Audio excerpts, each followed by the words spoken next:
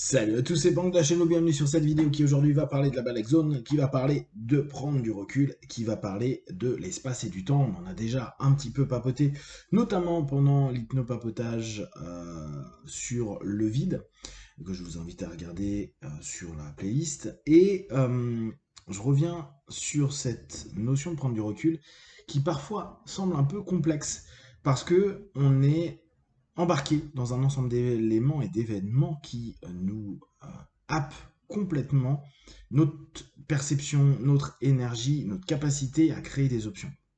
Rappelez-vous, un des points importants qu'on peut mettre en avant dans la Balek Zone, c'est qu'on ait la capacité de créer des options. Des options parce que avec une faculté à prendre un pas de recul ou à regarder les problématiques ou les situations avec un angle différent, on a l'opportunité à ces instants précis de se dire ah ok, en fait il y a telle voie, tel cheminement, telle façon de se comporter, de répondre, d'agir, de recevoir les choses, ce qui nous permet en fait de garder une maîtrise de petites choses en interne.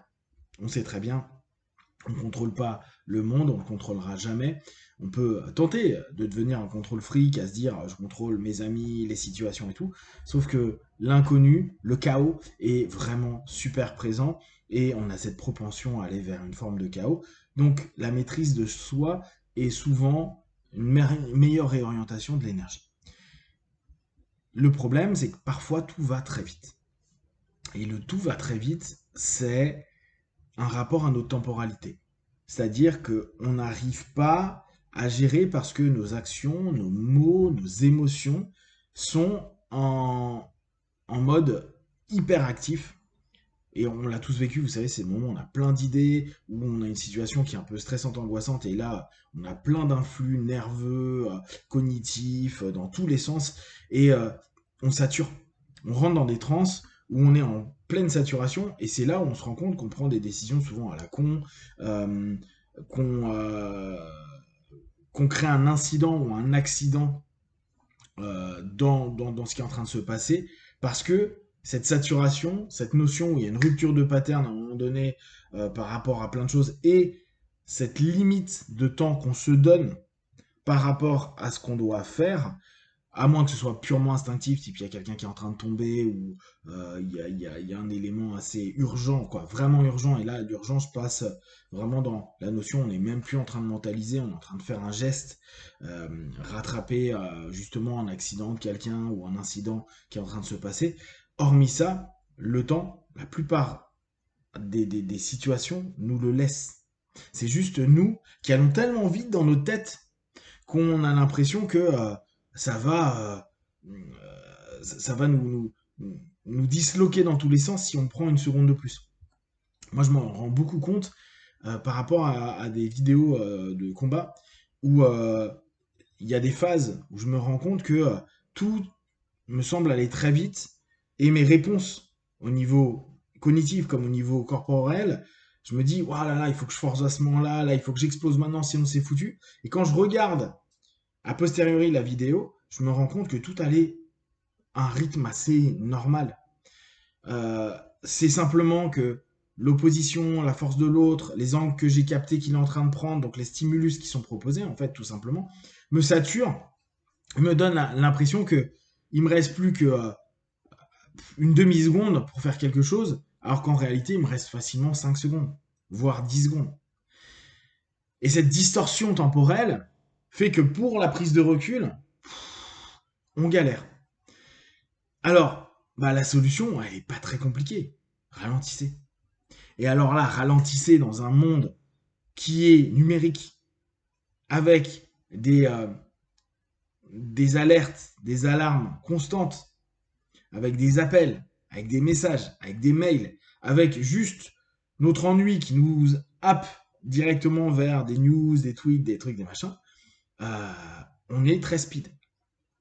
Et on le voit, hein, le nombre de personnes qui viennent en cabinet avec cette saturation mentale, avec l'incapacité à s'apaiser avant de dormir, parce qu'il y a plein de choses qui vont très vite dans leur tête, et qui d'ailleurs, pour ceux à qui ça arrive, profitez-en. Faites-vous saturer par ce qui se passe dans vos têtes.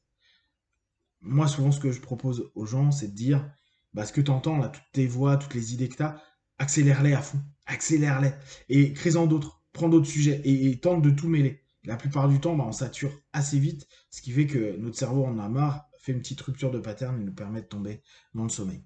Par contre, faites l'inverse de ce que parfois on enseigne, ou on propose, de dire calme ton esprit. Non, non, fous le bordel à fond, et crée justement en accélération de l'ensemble des éléments de ta tête, accélère à fond pour obtenir un feedback intéressant.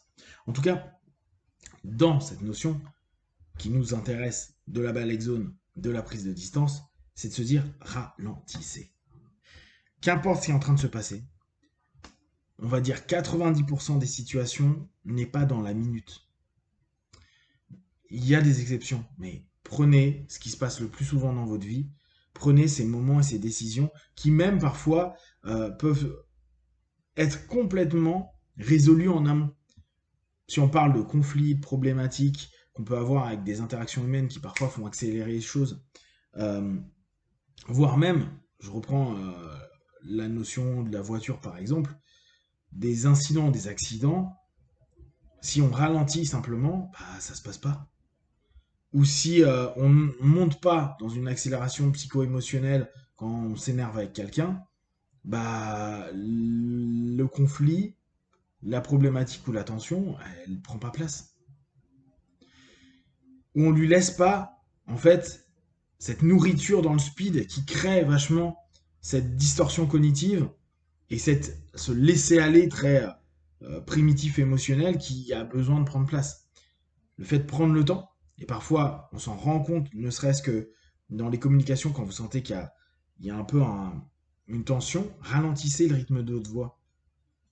Créez des blancs. Ça peut énerver l'autre, oui, mais pendant ce temps-là, il y a 1 seconde, 2 secondes, 3 secondes qui va permettre de reconditionner un rythme. Dans les sports de combat, les arts martiaux, le sport de façon générale, il y a ce qu'on appelle les faux rythmes. On donne des faux rythmes aux personnes qui sont en face. Type, il y a quelqu'un qui court très vite, va très vite pour faire des mouvements. En créant un pace lead, c'est-à-dire je suis son rythme, puis après je descends à partir du moment où je suis synchro avec lui, le rythme, bah on arrive à faire changer les rythmes des gens en face.